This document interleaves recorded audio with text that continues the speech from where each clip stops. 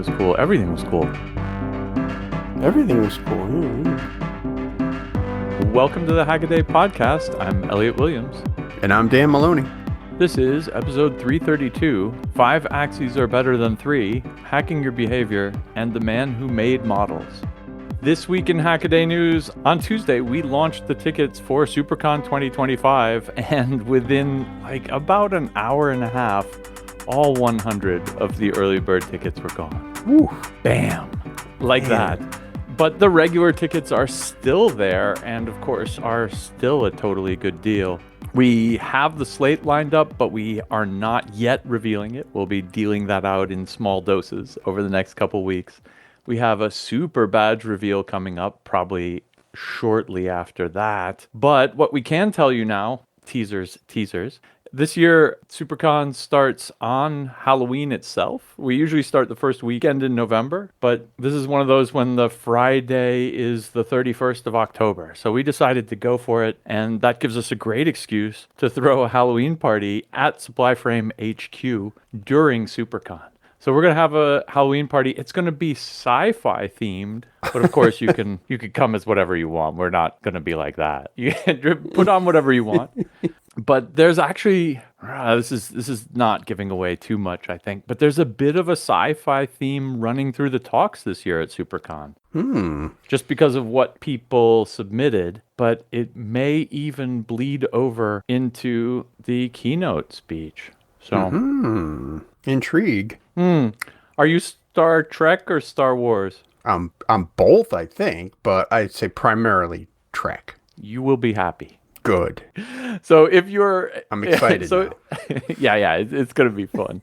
So if you're a sci-fi fan, A, we've got the Halloween party for you, but B, there's kind of a little mini thread going through SuperCon about that. I won't give too much away, but there's also a kind of a mini thread of people doing small-scale robotics, bordering on large-scale robotics.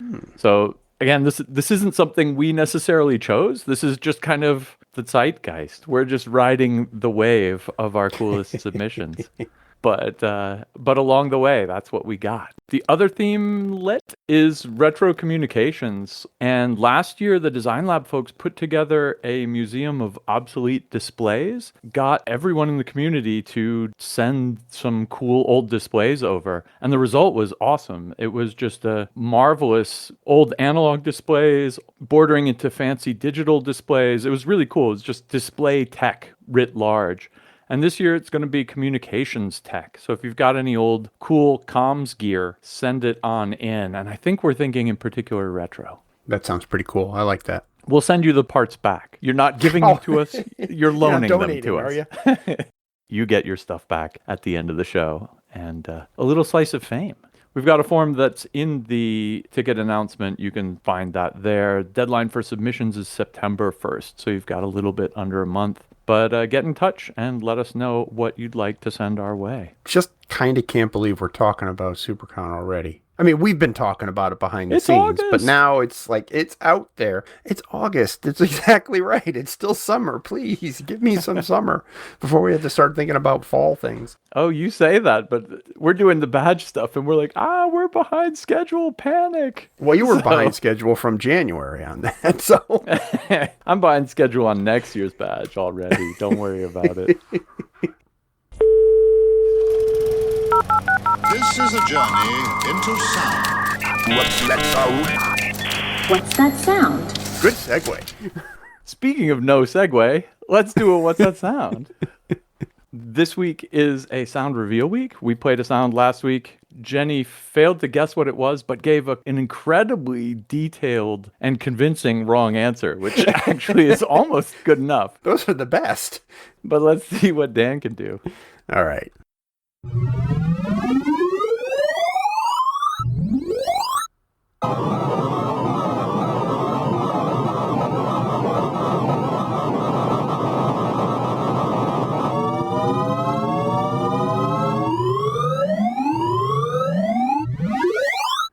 Wow. Nope. Jenny's incredibly detailed but very wrong answer is going to have to suffice because I got nothing.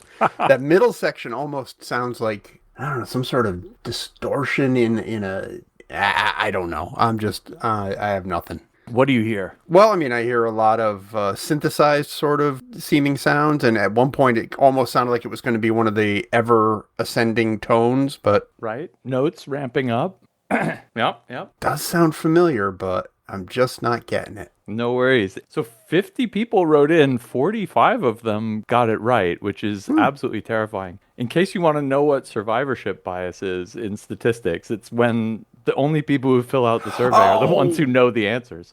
What? Is that the sound of different sorting algorithms? Dun, dun, dun, dun. Yes! Congratulations. And there's no Dan hint there. Maloney. There was no hint there from you. It just popped into my head. Awesome. Last second save. Nice. Like one's a bubble sort and one's a... Exactly. I forgot actually which ones I snipped out, and people took guesses at it in the spreadsheet. So I think everybody thinks one of them was radix sort, which for all I know it might be. Heap sort and radix sort says a number of people. So it could easily be. But yeah, so the experiment was really cool. You take a bunch of different numbers, kind of represent them with tones, and then you just go through playing the note that kind of goes under the cursor in the sorting algorithm at any given time. And some of these end up with these, like last pass that just goes, basically everything's sorted, but you got to fiddle everything into its last place. And that's where you get that kind of straight up rising tone. Maybe all of them ended with a rising tone. Anywho, that's a great video. If you haven't seen it, it's really fun to watch. Oh, that's awesome. I'm glad you saw it.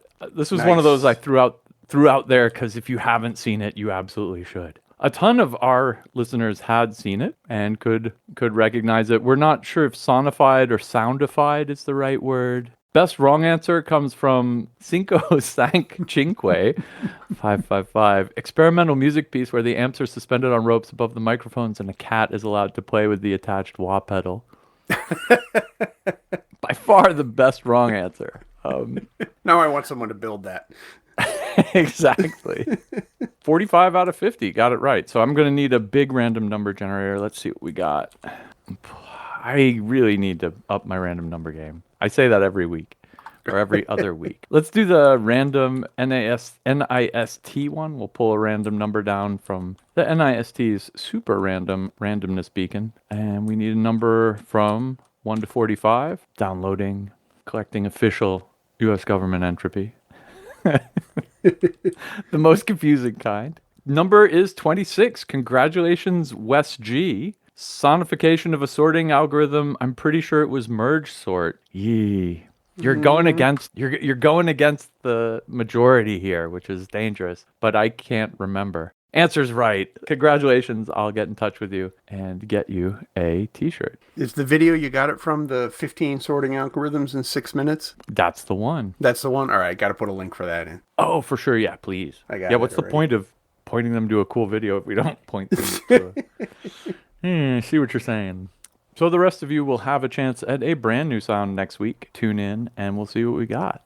Well, back in April of this year, I said I thought 2025 was finally going to be the year of non-planar 3D printing. And my first hack this week may be proving that to be true. It's the second super fancy multiple axis non-planar 3D printing machine we've seen this year. And this is Daniel from Fractal Robotics. Open source 5-axis printer has its own slicer. And I don't know which is more impressive, the printer or the slicer, but we'll have to talk about that. The Genesis story here is hilarious. Daniel was in the middle of his engineering degree when COVID hit, and instead of just baking sourdough bread and posting pictures of it on Instagram, he decided to make a 5-axis 3D printer and push the state of open source 3D printing forward. And good on him, I say. So he spent his time working out this machine, and it's a neat 5-axis machine. It's got, of course, the usual 3 Cartesian axes, but then the printing bed is also on a kind of a turntable that can spin around, so like a record. So that gives you the A axis, and then the B axis adds a 90 degree, up to 90 degree tilt to this build plate. So he calls it the B axis. What that does is between the turntable and the tilt, it means you never have overhangs, essentially. You can always tilt it so that the normal 3D motion print head is printing straight down. And this solves a number of problems in a really interesting way. Some of the multiple axis machines actually tilt the print head relative to the object and try to print up and down non-planar surfaces that way. And that means that the nozzle on the print head has to be super, super skinny, because if you think about it, it has to go at these funny oblique angles and it has to possibly fit into small crevices and stuff. And he gets to avoid that problem here by tilting the entire print bed. And so that's kind of cool. What I thought was really awesome about this, though, was his slicer. Just watching it go, like I've never seen a 5-axis slicer. I don't know how to do it.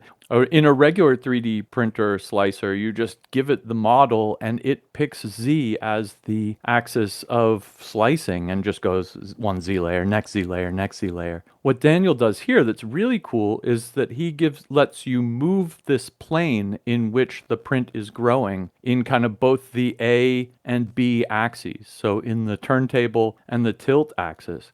And so when you're telling it what to slice, you are also kind of saying, okay, here you want to do this at this angle, here you want to do this part at this angle, here you want to do this part at this angle. So you're kind of telling it how to work around what would be overhangs and give it a few reference planes, basically. And then it interpolates between all of these and then slices your model, coordinating all 5 of the axes. And that I thought was actually, I was going to say the neatest part. The machine is awesome by itself. The slicer is really, really awesome. And watching them both work together, they map perfectly to each other, which I really like. The software represents the physical problem you have so perfectly. Like, here's the angle you want to cut it at here. Here's the angle you want to cut it at here. That it seems very intuitive to me. For something 5D CAM software, how's that going to be intuitive? But yet, it works here.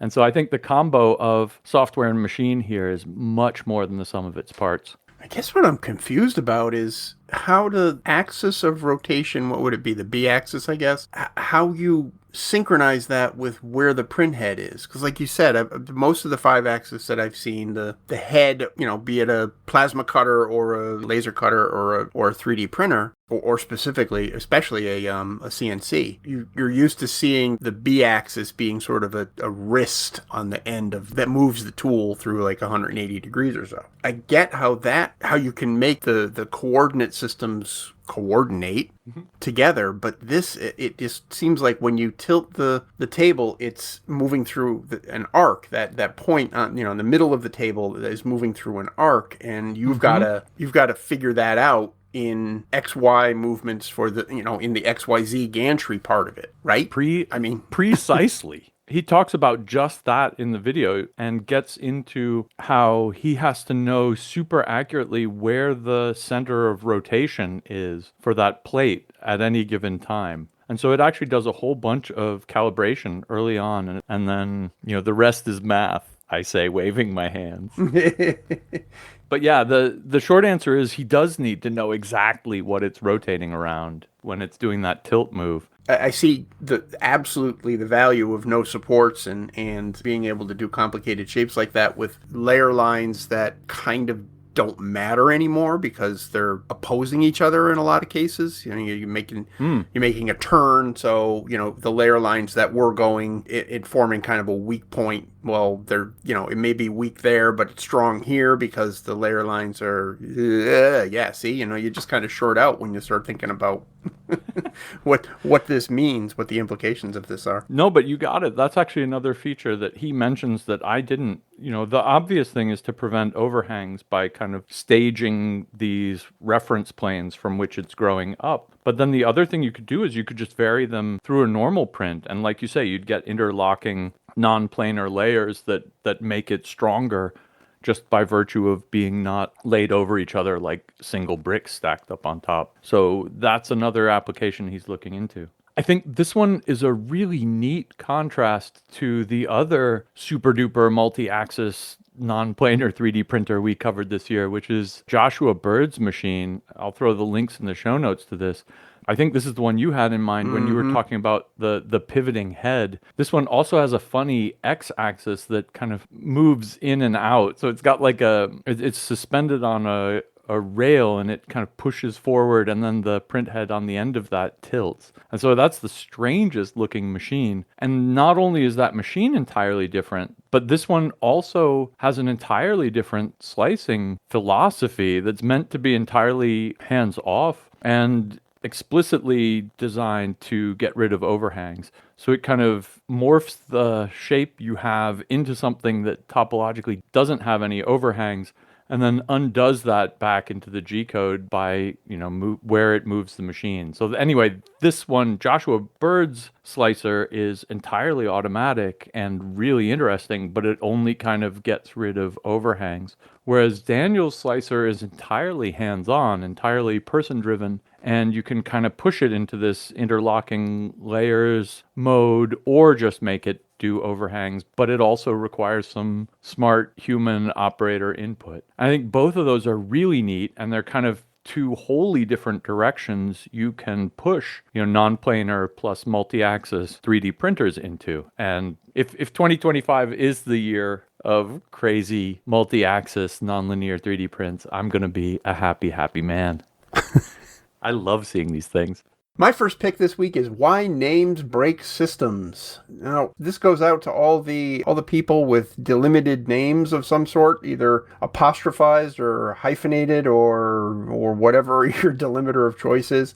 The project comes from an apostrophized Luke O'Sullivan, who finds that he has often run into troubles with that apostrophe in his name. And it's not an uncommon feature of names to have some sort of non-letter character. But Luke relates a story about flying and having to travel under his not name, O'Sullivan, with no delimiting. And that can cause some problems because computer systems are really still often not kind to names that have non-letter characters in them. Honestly, in 2025, that we're still having this problem just sort of baffles me. I'd have thought we'd have sorted this out long ago.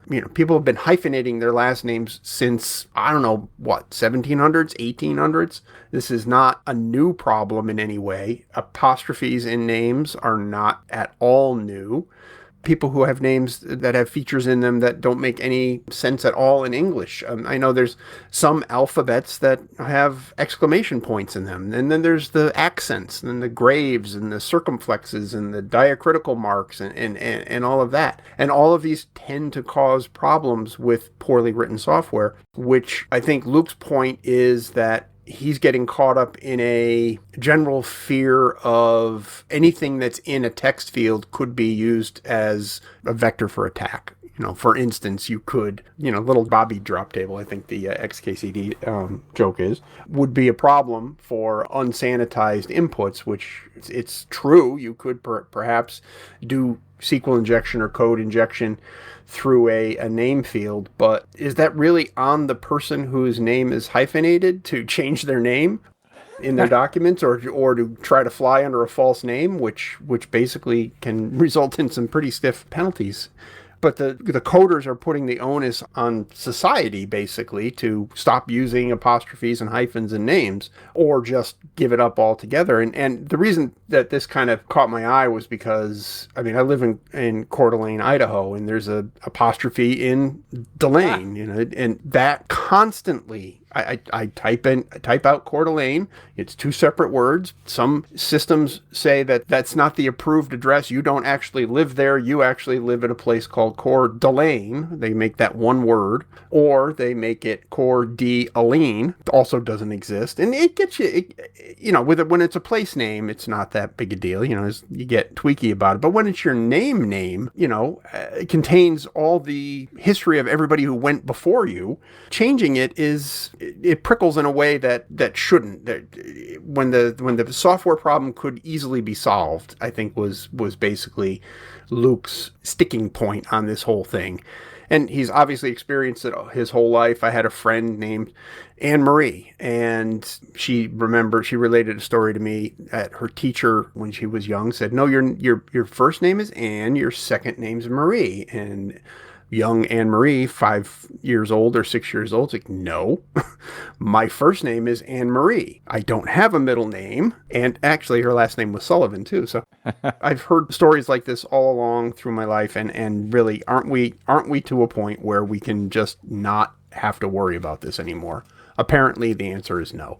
Let he who is without guilt cast the first stone. I wrote version 1 of the Hackaday Payroll system, and it parsed names into first name, last name. And then we hired Moritz von Sievers, who has a last name with a space in it. And guess what I was using to split between first name, last name, right?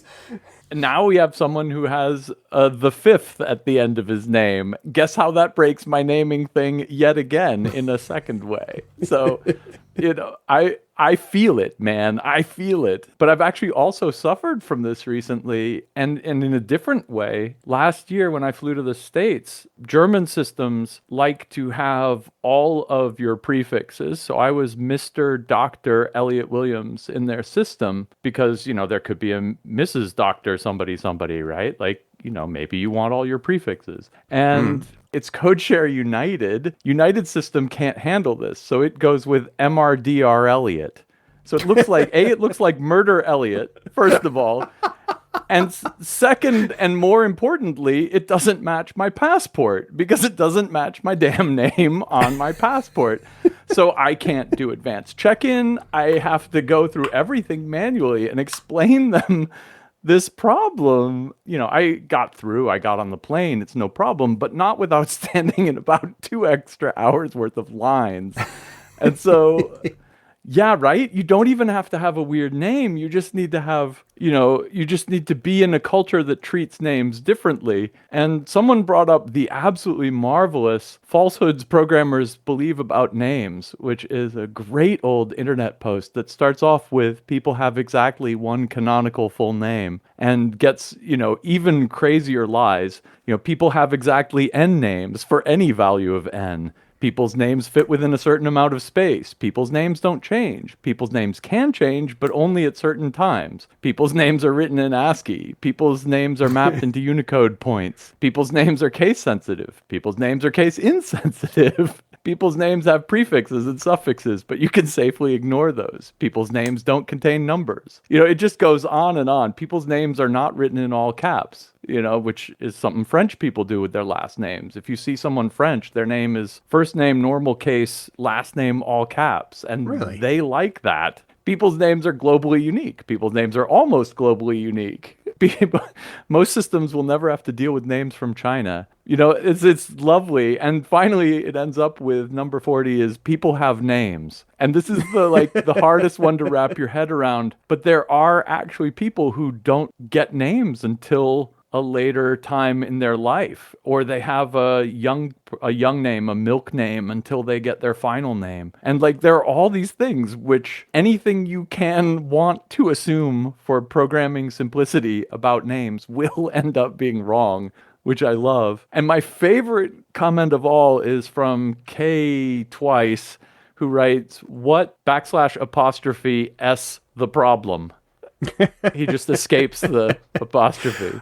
That was the first thing I thought of when I was looking at this. He was explaining the ampersand code for the apostrophe was hashtag 39 semicolon. Yeah. And I was looking at it well, why don't you just put a backslash in front of it? That's what I would do in Perl.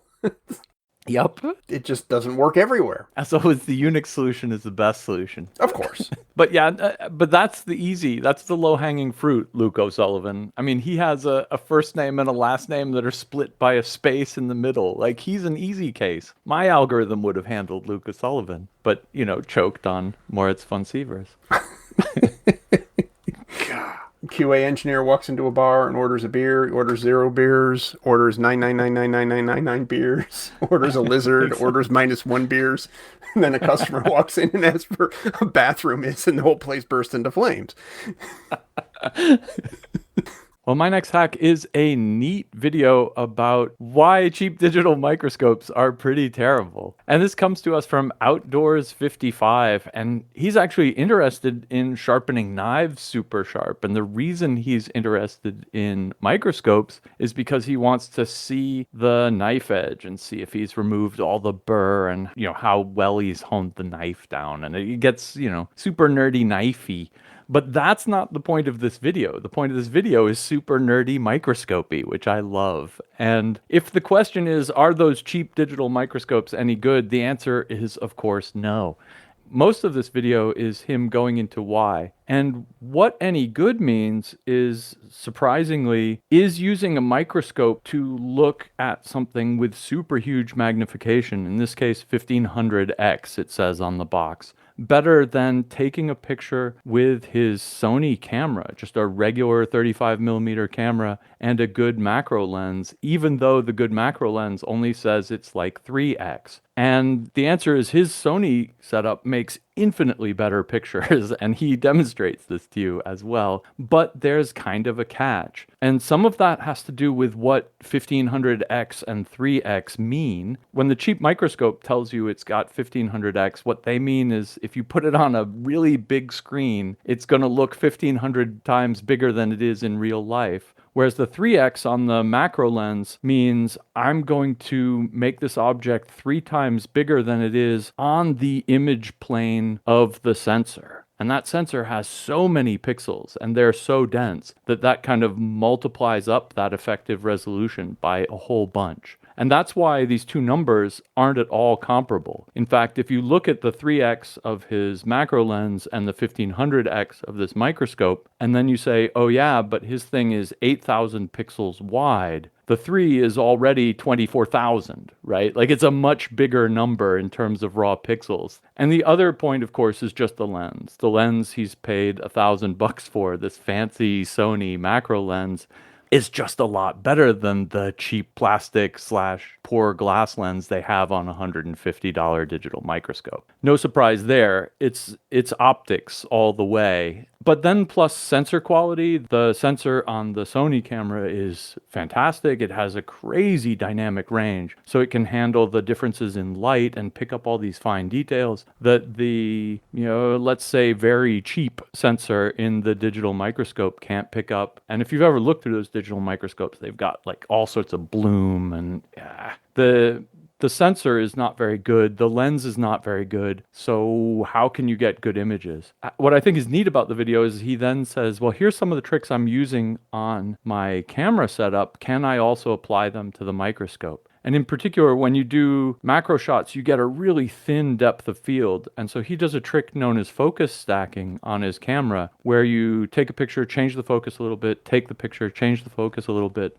and then you combine these images. And he does like 90-something image focus stacking. And that's really easy to do on a digital camera because it's an autofocus digital camera. It can just go focus, click, focus, click, focus, click, focus, click, and it just happens automatically with the camera sitting on a tripod. Not so with one of these cheap microscopes where you actually have to turn the focus knob yourself. Good luck getting, 96 consistent focal depths out of that. He suggests that you could work on a geared focusing rig for this, and that would actually help a lot with the depth of field thing. And I think that's true. The other thing is getting the lighting right on the microscope. So if you're using one of these cheap microscopes, because it has such bad dynamic range in the sensor, the lighting becomes like hypercritical. And he goes through a couple examples of how you can do better with your light diffusion and stuff like that. So there are actually a couple neat hacks suggested for how you can make the $150 cheap digital microscope look better for pictures, but still it's not even anywhere near close to what you can get with, granted, like a $2,000 camera rig. I mean, he's got a nice camera and a nice lens there. He didn't get that for free, and it's a big old hunk of glass, and there's just all sorts of physics making that a better system. But nonetheless, you can still push your cheap digital microscope game a little bit using some of the same ideas that he does with his more professional rig. Rather than a geared manual platform, you could just find an old 3D printer and connect it to put the camera on there and then do, I think we've even done a focus stacking project like that. Drive the Z-axis through a couple of millimeters, but at a lot of different steps and really get a lot of pictures that way. A proper decent microscope actually isn't that expensive. A binocular, like the one I have, it didn't cost that much, $300 or something like that. And for someone who's making knives, it might be useful. I used mine just the other day to check out the edge on my knife. I was sharpening it. It seemed kind of rough, and I looked at it and like, wow, man, that's not what a knife edge should look like. So I've got some work to do on my sharpening skills for sure. It was really nice to be able to look at it I under the microscope like that. I've probably used my microscope 10 times as much for taking splinters out than I have for, anything with SMD components or soldering or anything like that. It's an incredibly useful item to have around. Kind of takes up a lot of bench space when you're not using it, and it's kind of hard to justify unless you've got a way to, just get it out of the way and keep it safe from flying solder and other little bits and pieces of detritus. But I wouldn't go back, I don't think, to. Plus, having the depth perception of a binocular eyepieces was super critical to being able to work under it, even though I still find it hard to kind of get my bearings in that narrow field. Moving tweezers around with my hand, and I'm like, where the hell are they?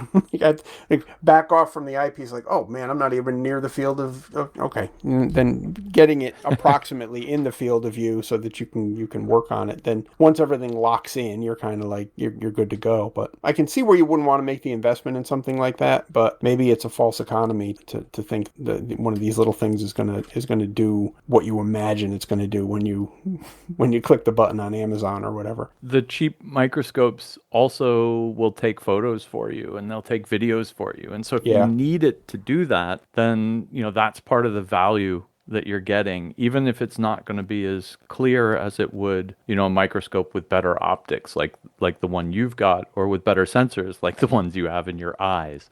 Right? Yeah. Like I went that way too when I needed a microscope. I got a nice old inspection microscope from the late 80s, early 90s, I think. But the thing's a Zeiss. Like it's got good lenses in it. And it's so beautiful to look through. And that just, it's a dumb thing to say, but I can't take digital pictures through it because I can. I pull one of the lens pieces out and I stick a camera in there and I wiggle it around until it looks right. But I haven't printed a 3D printed adapter for it, which I should do.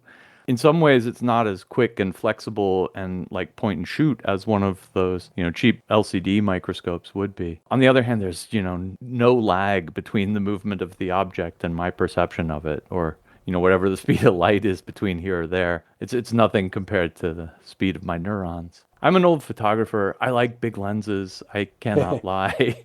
And, there's just a quality that a good, well-designed lens gets you, that even a cell phone with, these super fancy aspherical lenses and all the post-processing in the world just doesn't quite get right as far as I'm concerned. It's at some point it's kind of cork sniffing too. Like I know a bunch of people who can get stuff done with the, cheap digital microscopes. And then once you start spending a little more money on them, you can get something that's even better still. So, for soldering stuff, for, small electronics work, I can absolutely see both of those. For something where you need like a lot of magnification like he wants here, I think you just got to shell out for the good glass. All comes down to the glass. Next up for me, a DIY fermenter for flavorful brews. Ken looks like he's brewing beers and ales or whatever in fairly large batches. And it seems like he's gotten to the point in the hobby where he's in need of more environmental control for his cultures, which is basically what a brew is at the point that the yeast are doing their thing and making their alcohol. This setup is designed to optimize conditions in the fermenting container, in the reactor, what we would call a reactor in the lab, in the most economical way possible. I mean, and this system makes some compromises, but they're all sensible ones. everything is very simple and approachable here. The fermentation vessel itself is housed within an insulated foam container that's just made from 2-inch thick foam that you could get at the home store. The stuff's not super cheap, but the stuff that he used with the expanded polystyrene beads is definitely cheaper than the polyisocyanurate foam board, which is like a denser, thicker board that holds up a little more. It's a little more structural. I'm worried that when the cat that's inevitably in this house finds the fermenter and starts digging his claws into the into the walls, you're gonna have the little polystyrene beads all over the place. But that's the price of owning a cat, I suppose. Anyways, the enclosure is well insulated, and it's got a clever little magnetic catch arrangement to keep the front and the top sealed up. There's some weather stripping to make sure the environment stays isolated from the room. And inside of the enclosure, there's a wall separating the part where the fermenting vessel itself is, and then there's a back section that's a cooler.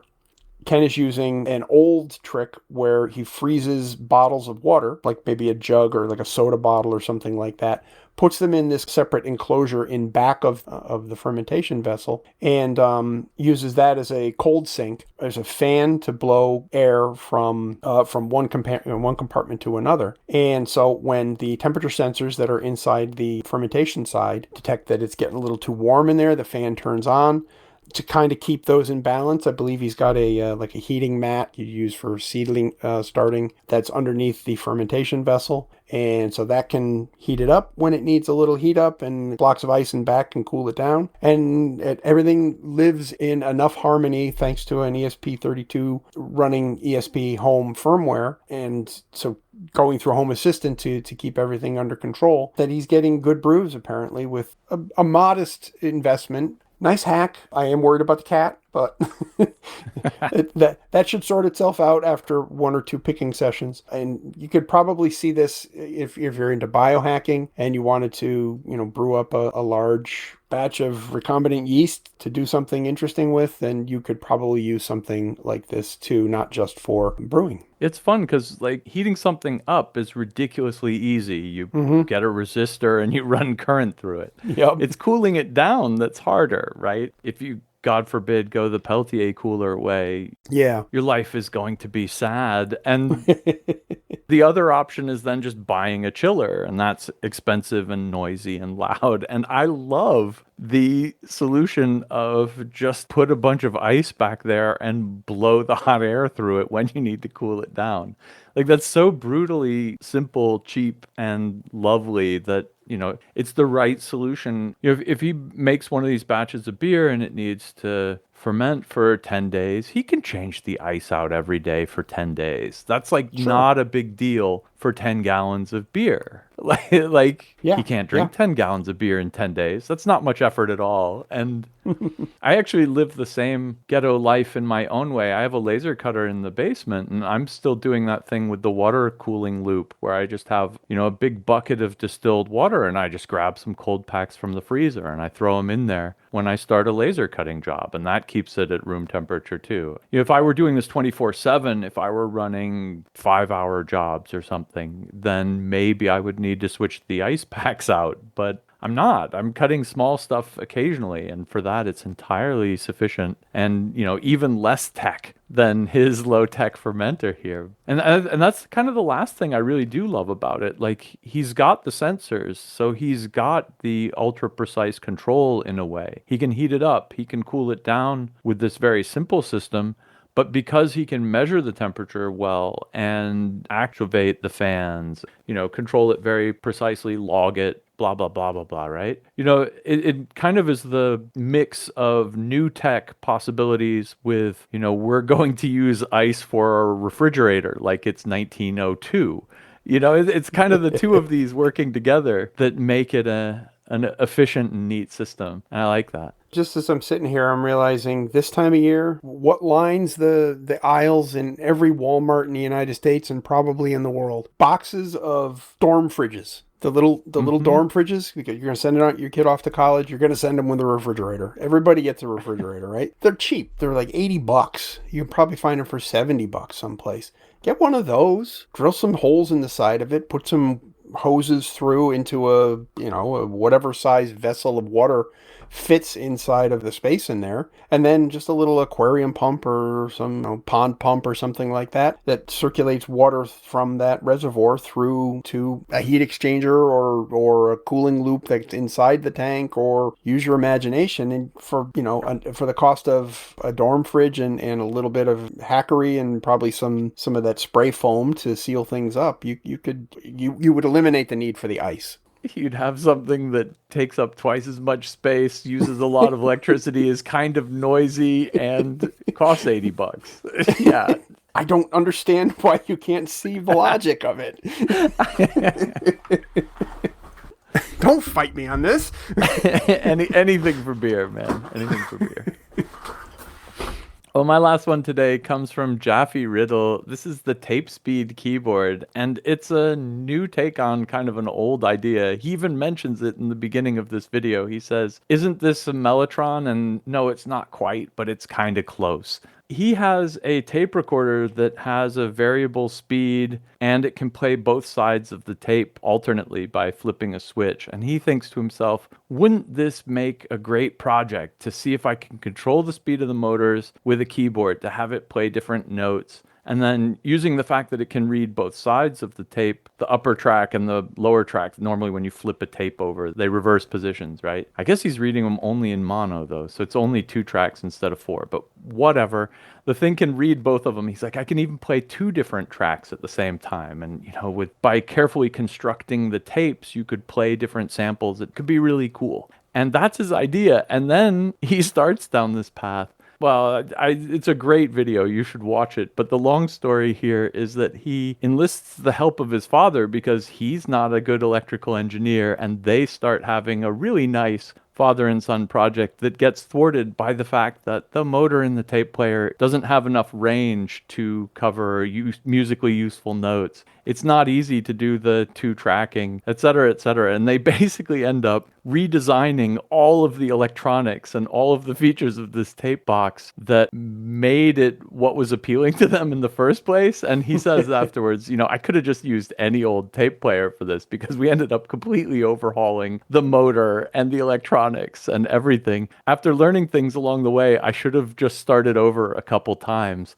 But I wanted to push this project through. And so that's what you see here is the not quite perfectly realized, but nonetheless really awesome project that got pushed through. I really like it because A, it's a cool musical instrument, but B, it's kind of a testament to that mode of working. You know how when you get like 2/3 of the way through a project, you have now learned how to do the project right. And you feel like, oh man, if I'd just done this now in step 1 that I've learned by the time I'm at step 10, I could do it all better, right? And this is why you make prototype 0, the one that you won't even show your own mother. This is why, you work it all the way through once, and then you build the prototype that you claim to everybody is your first prototype of the thing. Because the actual first one is going to be flawed. But here he goes through with it and he shows us prototype 0, and I do love that too. It ends up being a cool device. He imports an ADSR, that is an envelope, an attack, decay, sustain, release. You know how sounds get louder when they start and then they die off quieter as they go over in time. He buys an envelope generator chip from Electric Druid and throws that in there. Kind of all sorts of neat touches to this device, and it does in the end play 2 different samples at the same time, so it plays one track and the other. It looks like at the speed of the lower note, which gives him some really weird musical possibilities, and he talks about how difficult it is to record tapes in there that when they're played back at different speeds and pitches make something musically interesting, but he gets it out of there. And I think that's the point in the end, is that he's done this whole trip. He's learned a whole bunch about what this device can be and can't be, given the physical limitations, given his limitations as an electrical engineer. He's a coder, he's a software dude, and a very clever and creative one at that. You should watch some of his other videos if you're into that side of things.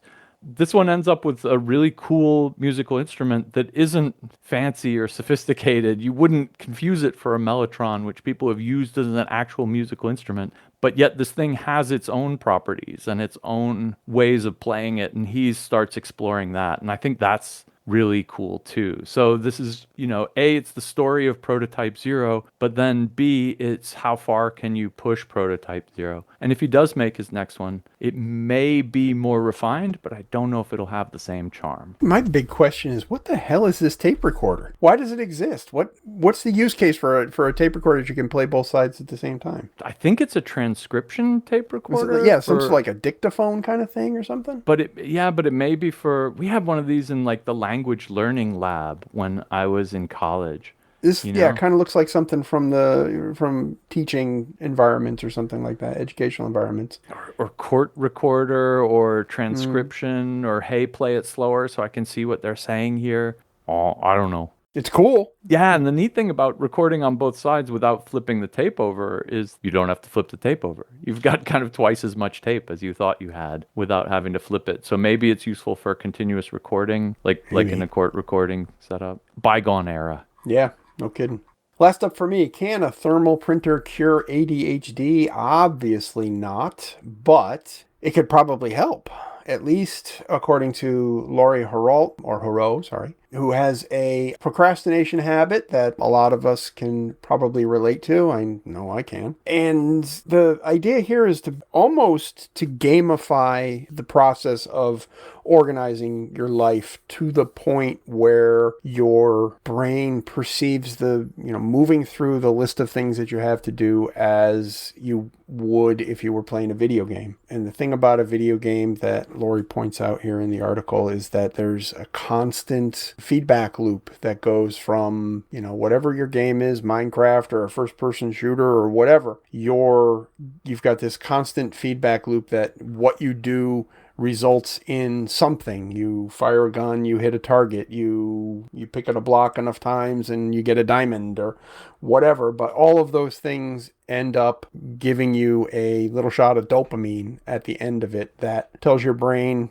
do more of that, which is why you can sit in front of a game or have a console controller in your lap and all of a sudden you look up at the clock and it's 11:30 at night and you sat down at 7:30. Lori starts with Post-it notes, which I know a lot of people use Post-it notes. I personally have just a notebook that I keep on the dining room table, and at the beginning of the week, I write down everything I'm going to get done this week. Next Sunday, I take that list, 90% of it, I transcribe right over from the previous day, and then I add a few more things, but the important point is, as I finish something, I cross it off, and that crossing it off gives me the dopamine that I need to feel like I've accomplished something. In fact, I've even found myself plenty of times adding something to the list that I've just completed just so I can cross it off. And that sounds stupid, but it does work to motivate me. So, if it sounds stupid and it works, it's not stupid.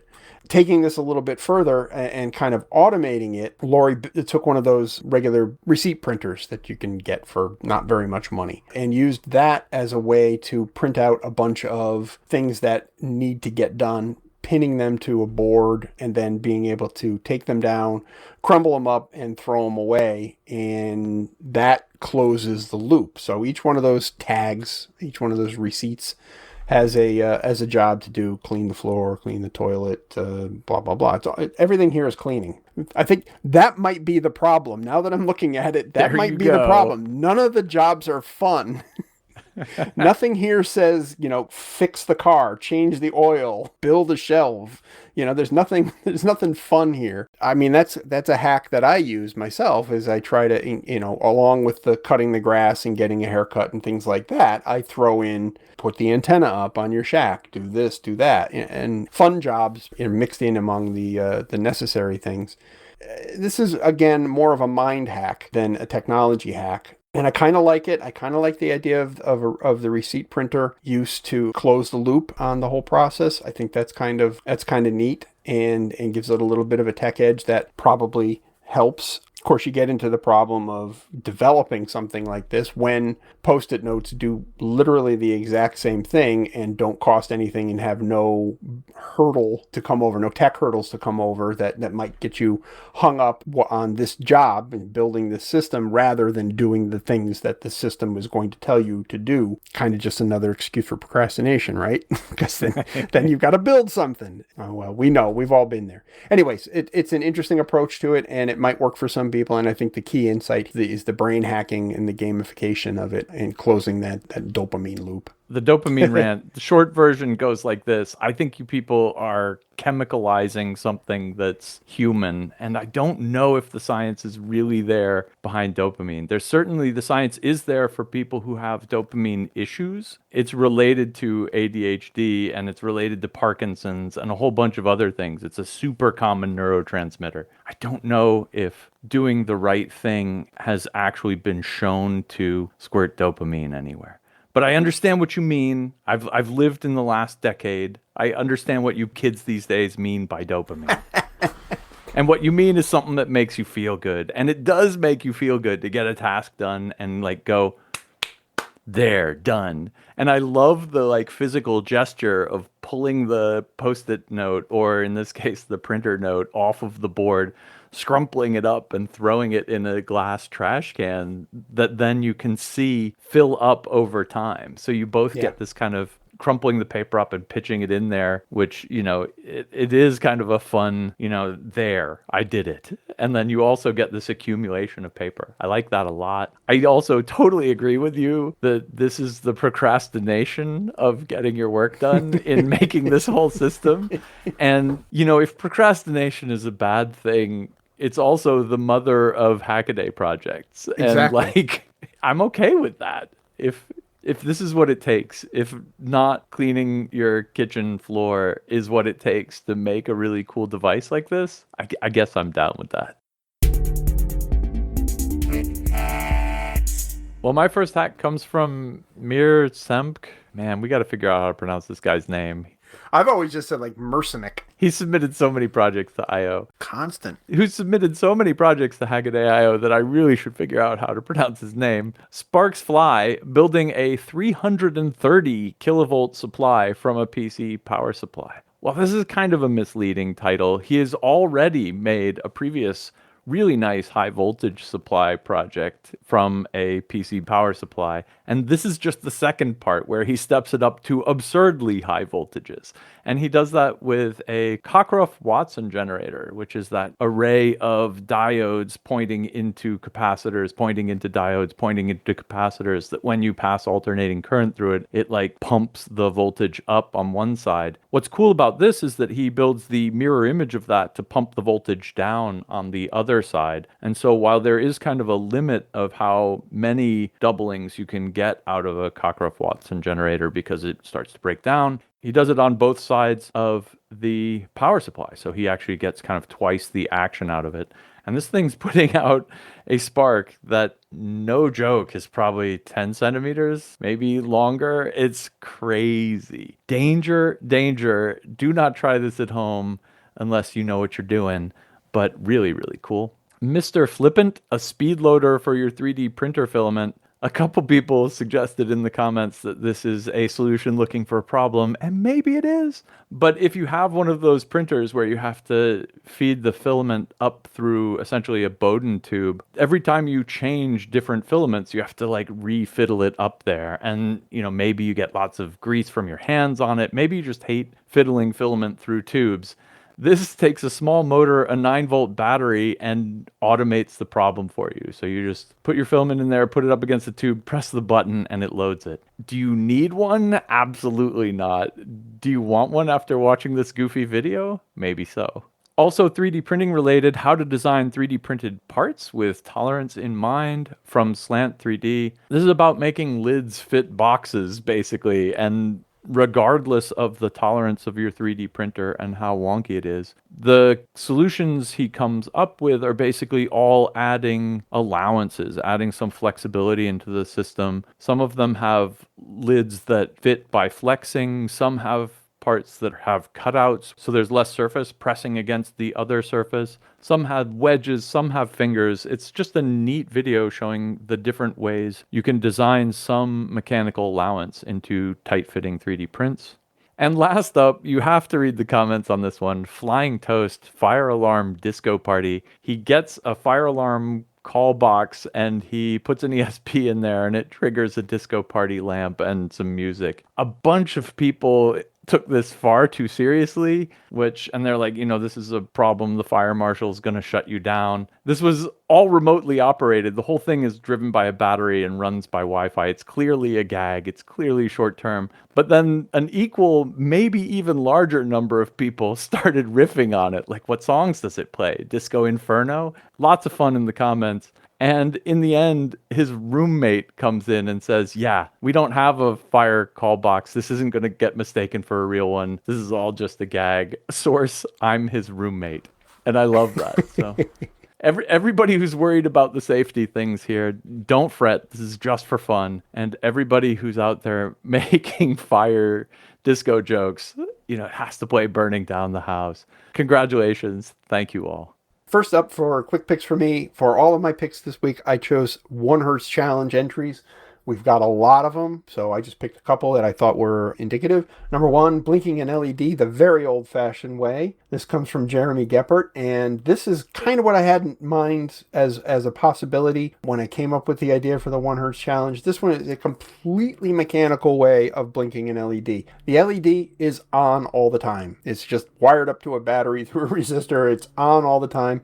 It blinks only because of a window that slides past it that's on a gear and through a gear chain that's powered by a 4.8 RPM, I think, geared synchronous motor. So he's got to jack that up to 60 RPMs so that the hole traverses the LED once per second and it works just like you think it would work. I wanted to see some mechanical solutions when I came up with the idea. Next up, should have put a ring oscillator on it. This one is from Pierre-Loup M, and it's a circuit sculpture that is very nice to look at, but also does a 1 Hertz flash using 9 LEDs arranged in a ring oscillator that turns each one of them on and off, so it gives a kind of a chaser effect as it goes around the loop. The sculpture is made on a ring of copper wire, and then the components bridge the gap. Each one of the elements of the ring oscillator is an inverter made from a 2N3904 NPN transistor, and then there's an RC delay network that brings it down from the megahertz region to the ninth of a hertz region. But each one of those LEDs is going off 1 time a second, so there we go. And last up, also from the 1 Hertz Challenge, Op Amp Madness. This is another thing that I had in mind. I wanted to see something over the top, something that made absolutely no sense. And when Phil Weasel puts together 37 op amps to do the job, I think that qualifies. Basically, it's just a sine wave generator. Starts with a triangle wave, puts it through all the massaging and things that you can do with op amps, and comes out with a sine-ish wave from what it looks like on the traces. But it's pretty nice, and it's also 1 Hertz, and also fits into the category probably of most over-the-top way to do this.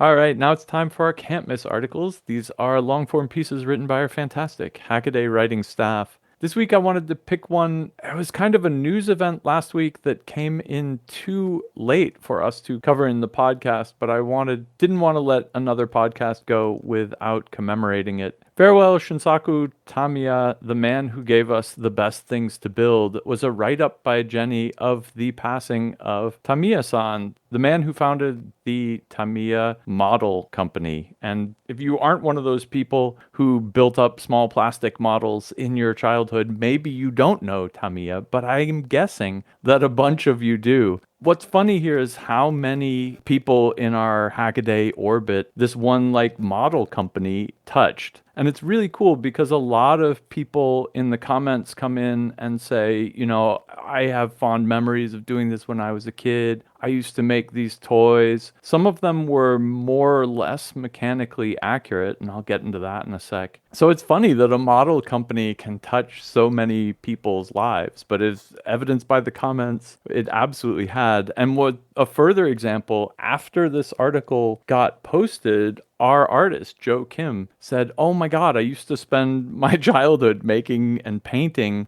Tamiya models. I have to do an art piece for it." And so he made, as kind of his tribute, the lead art, the featured image you'll see on this one. And it's a great Joe Kim biopic style bit with a bunch of the models in the background. Really, really sweet. And it's just funny how, a company like this that's interested in making simple models aimed at kids can affect a whole bunch of people in different ways. Like some people got into the art side of it, like Joe did. Some people got into the engineering side of it, like a bunch of people in the comments. And indeed me. Tamiya still makes an educational series, and back in the day, their models used to be the only source of good gearboxes you could get. And this is maybe hard to imagine now, where you can buy those cheap yellow gearboxes for like a couple bucks. But back in the day, this used to be a very difficult challenge if you want to make kind of a table/living room scale small robot, and was a big sticking point.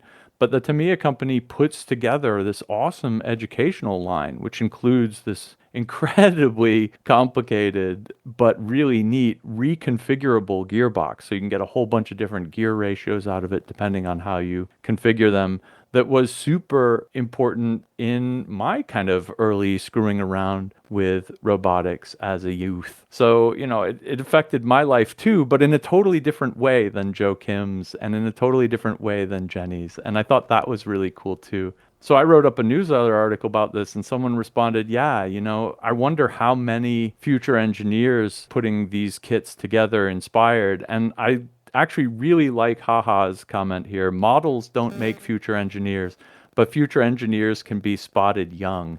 And I think that's right. I think, the type of people who want to build these realistic models that have some kind of mechanical, physical realism to them is, it is one of those warning signs. If your kid is putting together the detailed tank treads and is having a good time doing it, you might have warning future hacker on your hands. So many hours spent putting models together. It was so enjoyable and so formative. It really was. It gave me a lot of what I still do today, and the ability to concentrate on something for so long and follow a blueprint and all of the things that I learned from modeling. So I will say that Jenny mentions in the article that someone that she knows was a professional modeler who had the job of making models, and some of them were Tamiyas. Imagine that. I mean, I remember sitting there building models when I was, 7, 8 years old, 10 years old, and thinking, wow, could I do this for a living somehow?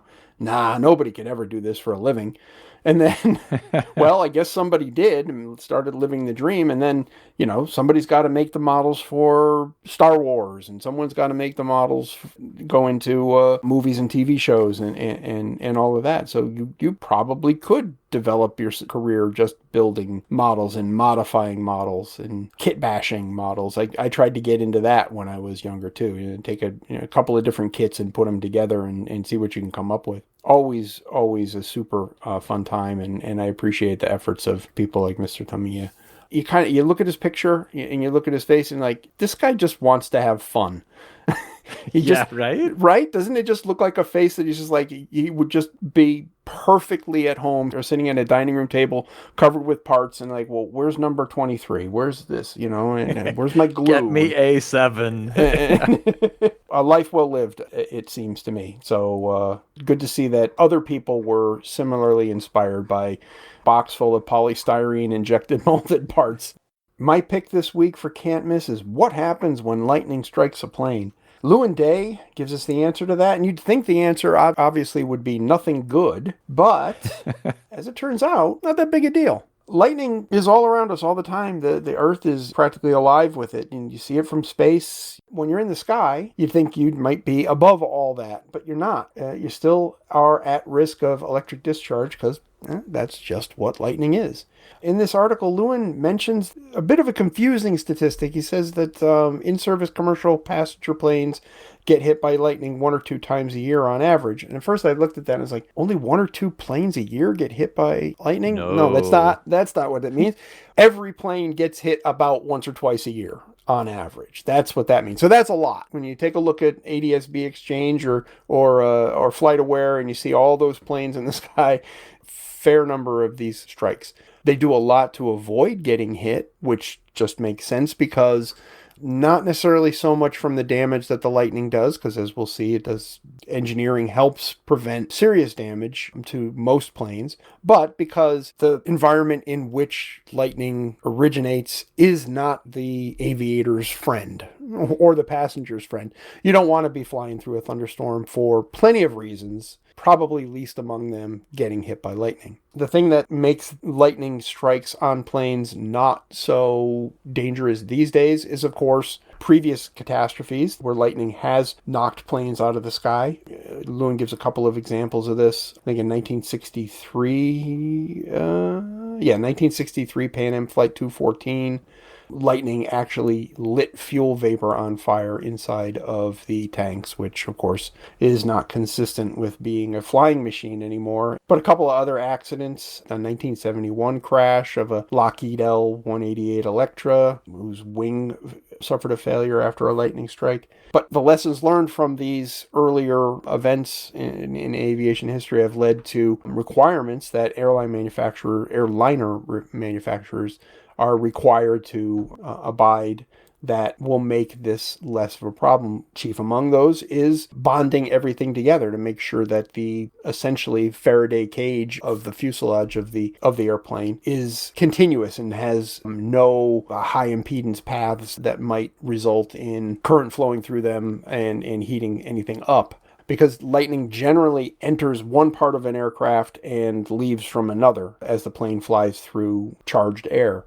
The idea that I got out of this that I didn't realize would be a problem is what happens with airplanes that are made out of composite materials like, carbon fiber and epoxy and all that stuff. And, well, yeah, they've thought about that. You've got to actually bond those things together with conductors of some sort so that there is a continuous path. Or you include conductive elements inside material. So maybe you would have a layer of foil or threads of, conductive threads stitched right into the carbon fiber material so that you do have this low impedance path all around you. You're basically perfectly safe. Knock, knock. But a lot of effort is put into avoiding weather so that you don't have any chance of getting zapped in a plane, because it results in extra maintenance and extra labor costs for that airplane, because the pilots have to report that it's been hit by lightning, and then when it gets on the ground, they have to inspect, they have to make sure that, no parts have shaken loose or anything like that, or there's no burns or anything that needs to be addressed. So airline companies put a lot of effort into avoiding storms. It is dangerous to fly through a lightning storm, but for other reasons than the lightning itself. It's funny how much of the decisions that airlines make is based on the money, right? And they do all of these funny little things that from the outside seem like hyper optimizations, but from the inside probably aren't. And when you combine the extreme pressure to be safe, like you said, if a plane gets hit, it has to be inspected. And that makes a ton of sense because you want to make sure that all of these super low impedance paths are super low impedance, because if it flashes across a gas tank, things get bad, right? So, everything that's supposed to be strapped needs to be strapped so that it conducts right. And, verifying that is, of course, perfectly reasonable, but it's expensive. And so that makes them want to not fly into thunderstorms because they're going to have to inspect it to maintain the level of safety that they've got. And I think that's it's kind of a long chain around why you don't want to fly into lightning. It would be dangerous if they didn't have to take these precautions, but taking these precautions are expensive, so they don't want to do it because they don't want to have to pay for the extra inspection. It's a little bit roundabout, but that all said, I'm stoked that they have to pay for it and that this makes them want to avoid lightning storms, because it's got to be hella spooky to be in a plane that gets hit by lightning, even if it's totally safe. Lewin includes a picture of lightning that he took from a Thai Airways flight in June. Oh, cool. Yeah, I just noticed that was him. That was his picture, and Credit author. Oh. they are not very far away from that storm, and it looks considerable. So, gorgeous picture. Cool. Good job. Well, that wraps it up for this week's Hackaday podcast. Thanks very much for listening. If you want to follow our links, head on over to hackaday.com/podcast. And if you see anything cool or do anything cool, let us know. Write us an email, tips@hackaday.com. And until next week, keep on hacking. Okay, my first piss take. When you're born, a GUID is generated for you. That's it. Barcode on your forehead with the mark of the beast.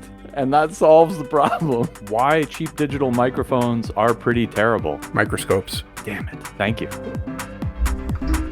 All right, I'm going to try to get through this without sneezing.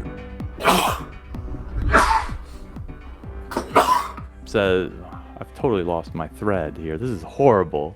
This is the worst. Stop recording in the can.